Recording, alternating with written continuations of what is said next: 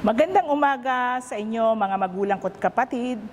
Maraming salamat sa Panginoon at binigyan po ulit tayo ng pagkakataon na tayo ay magkasama-sama na magbulay-bulay ng salita ng Panginoon sa araw na ito. Sa inyo po na mga kapatid namin na patuloy naming nakakasama sa gawain ng aming prayer covenant at ng iba pa pong gawain ng aming iglesia. Maraming salamat po sa inyo at patuloy po akong nag-iimbita sa inyong lahat na patuloy niyo po kaming samahan sa araw-araw naming gawain ng prayer covenant mula po Lunes hanggang Sabado, 6 o'clock ng umaga. At ganun din po sa aming gawain pag-araw po ng Huwebes, yung aming pong midweek service ng 7:00 ng gabi. At pag-araw po ng Linggo, meron po tayong Sunday School, all levels, at 8:45 in the morning. At pagkatapos po nito, yung ating worship service ng 10 o'clock. So inaasahan ko po na kami ay inyong laging sasamahan sa gawain ng ating Panginoon bilang pasasalamat sa kabutihan at katapatan ng ating Panginoon.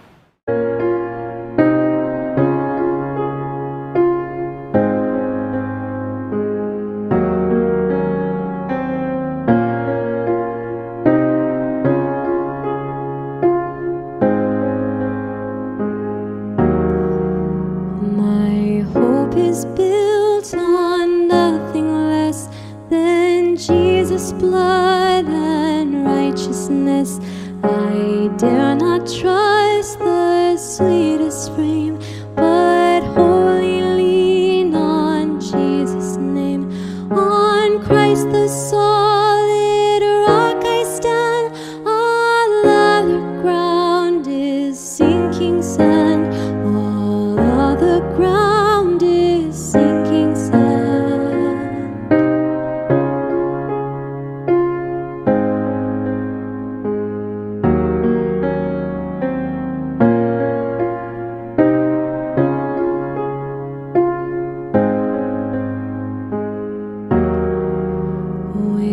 Darkness veils his lovely face, I rest on his unchanging grace. In every high and stormy gale, my anchor holds within the veil.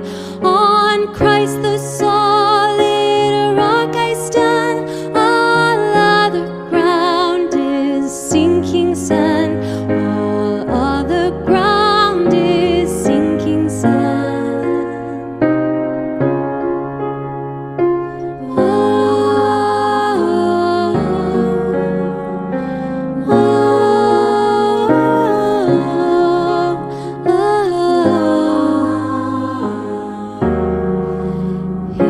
His oath, his covenant, his blood support me in the whelming flood.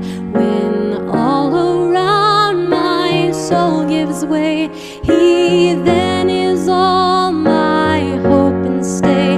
On Christ the solid rock I stand, all other ground is sinking sand, all other ground is sinking sand.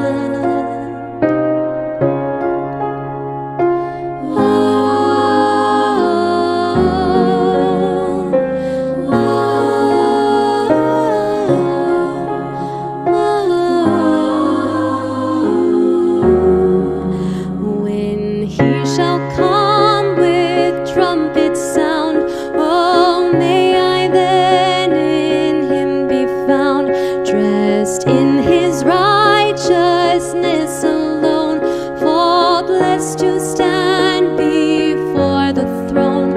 On Christ the solid rock I stand, all other ground is sinking sand, all other ground is sinking sand. On Christ the solid rock I stand, all other ground is sinking sand, all other ground is sinking sand.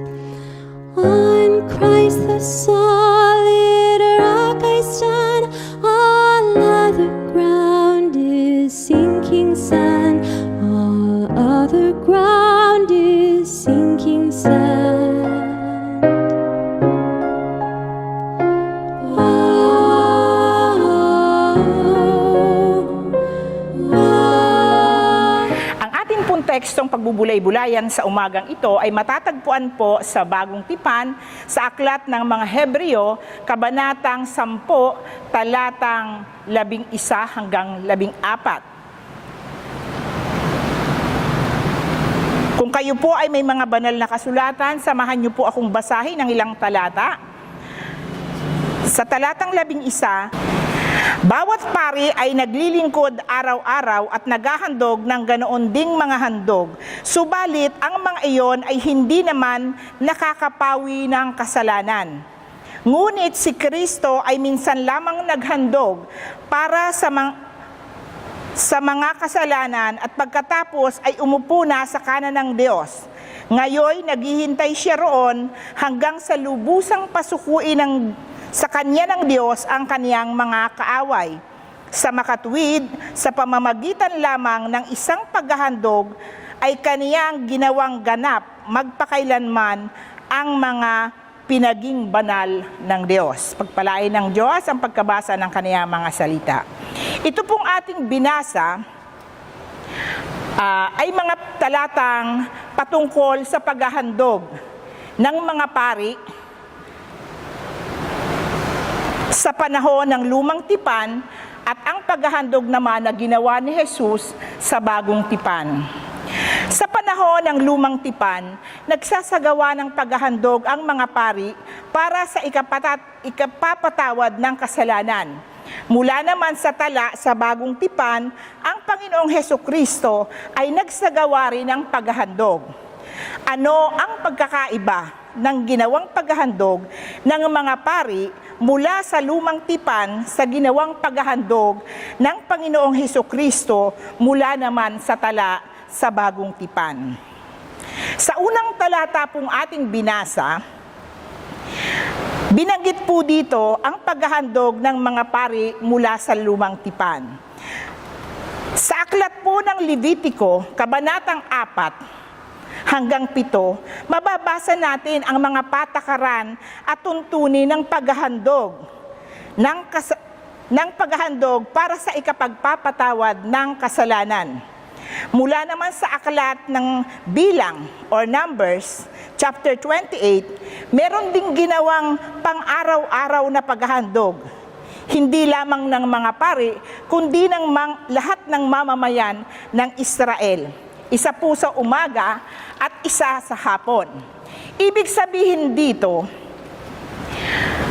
dahil ang mga tao ay paulit-ulit na nagkakasala, bawat araw, paulit-ulit ding ginagawa ng mga pari ang paghandog araw-araw para sa ikapagpapatawad ng kasalanan.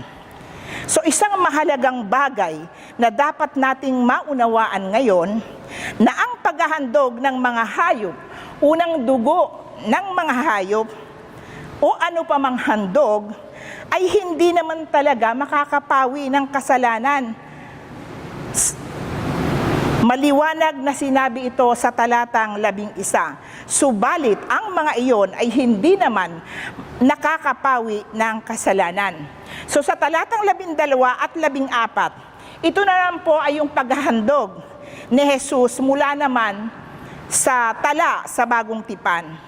Sa aklat po ng Juan, Kabanatang 1, talatang 20, inihayag ni Juan na si Jesus ang kordero ng Diyos na nag-aalis ng kasalanan ng sanglibutan. Nangangahulugan ito na ang Panginoong Hesukristo ay ang perpektong handog ng Diyos para sa ganap na ikapagpapatawad ng kasalanan. Ang Panginoong Hesukristo kailanman ay hindi nagkasala. At sa panahon ng kaniyang pagkakatawang tao, nagawa niya kung ano yung kalooban ng Ama. Hindi hayop o dugo ang kaniyang inihandog, kundi ang kaniyang sariling katawan, ang kaniyang sariling dugo. Ang bisa nito, ayon na rin sa talatang 12 at 14, ay nangangahulugan lamang ng past, present, and future. Matapos po nating malaman ang pagkakaiba ng paghahandog ng mga pari sa lumang tipan at ang paghahandog ni Jesus sa bagong tipan. Ngayon ay alamin naman natin ang gawain ni Jesus habang siya ay nasa kanan ng Diyos Ama. Binanggit po dito sa verse 13, no, na sa kanyang pagkakaupo sa kanan ng Diyos Ama, siya ay naghihintay ng lubusang pasukuin sa kanya ng Diyos ang kaniyang mga kaaway. Pero bukod po dito, merong napakahalagang tungkulin na ginawa ang Panginoong Jesus para sa atin. Mababasa po natin sa 1 John chapter 1 verses 1 and 2. Mga anak, isinusulat ko ito sa inyo upang huwag kayong magkasala. Ngunit kung magkasala ang sinuman, may tagapagtanggol tayo sa Ama, si Hesukristo ang matuwid. Si Kristo ang handog sa ikapagpapatawad ng mga kasalanan, hindi lamang po ng ating kasalanan, kundi maging ang kasalanan ng lahat ng tao. Sapagkat iisa ang Diyos at iisa ang tagapamagitan sa Diyos at sa mga tao, ang taong ito ay si Kristo Jesus. Yan po ay mababasa po natin sa 1 Timothy chapter 2 verse 5. So malinaw na ipinahahayag ng mga talatang ito na ang Panginoong Jesus na ngayon ay nakaupo sa kanan ng Diyos Ama ay ang nag-iisang tagapamagitan sa Diyos at mga tao. Siya po ang ating tagapagtanggol. Ano po ba yung kahalagahan ng katotohanan ito na dapat ay maunawaan ng lahat ng tao? Ito ay para sa tamang pamamaraan ng pananalangin. Ang iba nananalangin kay Maria. Ang iba naman ay sa mga pangalan ng kung sino-sinong tao na nabuhay matagal ng panahon na ang nakalilipas. Sino po ba ang itinuturo sa Biblia na tagapamagitan? Walang iba kundi ang Panginoong Hesukristo. So malinaw na inihayag sa Biblia na ang ginawang paghahandog ni Jesus ng kaniyang sariling katawan at sariling dugo ay minsan lamang. Ngunit ito ay sapat magpakailanman. Siya ngayon ay nakaupo sa kanan ng Ama at namamagitan para sa atin. Siya po ang ating tagapagtanggol.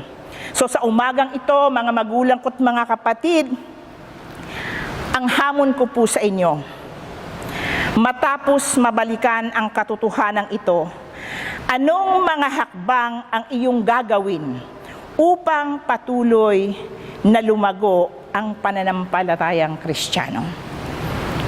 Purihin ang Panginoon. Tayo po'y manalangin. Dakilang Diyos, maraming salamat sa kapahayagan ng iyong salita na narinig po namin sa umagang ito. Tunay nga po, Panginoon, na ikaw ang Diyos na nagpakita sa amin ng pagmamahal, na ibinigay mo sa amin ang iyong buhay upang sa aming kaligtasan. Maraming salamat po, Panginoon, sapagkat ipinakita mo, Panginoon, ang iyong wagas na pag-ibig sa buhay ng bawat isa sa amin. Tulungan mo kami, Panginoon, na huwag na muli, Panginoon, na mabulid sa kasalanan, kundi tulungan mo kami, Panginoon, na maituwid ang buhay ng bawat isa sa amin. Na kami ay lumakad sa landasing itinuturo mo po sa amin. Sapagkat alam ko na ang tanging hangad mo para sa amin, Panginoon, ay ang makamta namin yung kaligtasan na ipinagkakalob mo po sa lahat ng tao dito sa sanglibutan. Tulungan mo po kami na manatiling tapat na namumuhay at tulungan mo din po kami, Panginoon, na magawa ang mga bagay na makapagbibigay kaluguran sa iyo, sapagkat hindi po namin kayang pantayan ang iyong pag-ibig na ibinibigay sa amin. Pero hayaan mo, Panginoon, na kami ay magpatuloy sa aming gawain at lagi po namin iisipin na kung papaano mo kami, Panginoon, inibig, ganun din po namin ibigin ang aming kapwa at ganun din ang aming Panginoon. Salamat po sa mga taong ginagamit mo, Panginoon, upang lumalim ang aming pananampalataya. Salamat din po, Panginoon, sa oras na ibinibigay mo po sa amin upang lalo po naming mapalalim ang pagkakilala namin sa iyo. Wala kaming nais, Panginoon, kundi ang mailapit namin ang buhay namin sa iyo, sapagkat wala naman po kaming pupuntahan kung wala ka po sa buhay namin. Alam namin na hindi kami magtatagumpay kung hindi ka po namin kasama. Kaya po, Panginoon, tulungan nyo ang bawat isa sa amin, ang bawat isang mga anak mo sa iglesyang ito. At ganon din po, Panginoon, sa malayong lugar na walang inaasahan kundi ikaw. Alam ko po, O Panginoon, na ikaw lamang ang aming Diyos, na siyang makakaunawa sa amin, na aming mapagkakatiwalaan. Maari, Panginoon, na magtiwala kami sa tao, pero Panginoon, higit ang pagtitiwala namin sa iyo, sapagkat alam namin na hindi mo kami bibiguin, Panginoon. Salamat sa pananampalatayang meron kami. At nais namin, Panginoon, na itong pananampalatayang ito ay lumago. At ito, Panginoon, ay mangyayari lamang kung kami ay patuloy mong sasamahan habang kami nabubuhay. Patawarin mo kami sa aming mga pagkakasala, sa mga bagay na aming nagagawa sa araw-araw na hindi po nakakalugod sa inyong banal na harapan.